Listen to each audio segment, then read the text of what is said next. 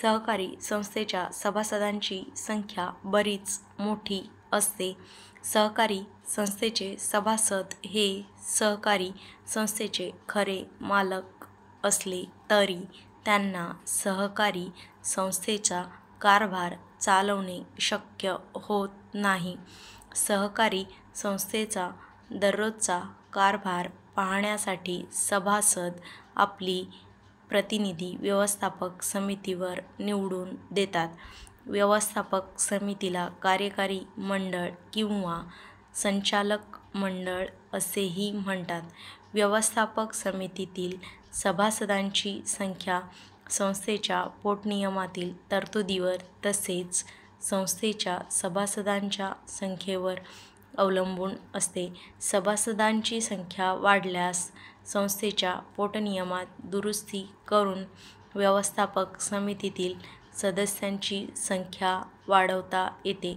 सहकारी संस्थेचे सभासद संख्येने बरेच असल्याने सर्वजणांना संस्थेच्या व्यवस्थापनात भाग घेता येत नाही. म्हणून संस्थेच्या व्यवस्थापनाचे अधिकार सभासदांनी नेमलेल्या व्यवस्थापक समितीकडे दिले जातात. व्यवस्थापक समितीस सहकारी संस्थेच्या नित्याचे व्यवस्थापन पाहण्याचे अधिकार मिळतात. सहकारी संस्थेच्या पोटनियमात दिलेल्या तरतुदीस अनुसरून संस्थेच्या हिताच्या दृष्टीने धोरणे व योजना आखणे, निर्णय घेणे, निर्णयाची अंमलबजावणी करणे वगैरे कार्य व्यवस्थापन समिती करते.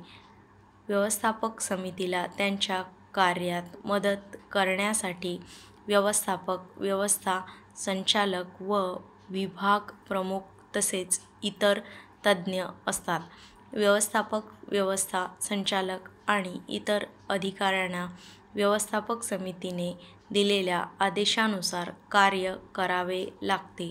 सहकारी संस्थेच्या व्यवस्थापनाचे अधिकार हे व्यवस्थापक समितीस नियमावलीनुसार प्राप्त होत असतात आणि असे अधिकार गाजविण्यासाठी व्यवस्थापक समितीस निर्णय घ्यावे लागतात.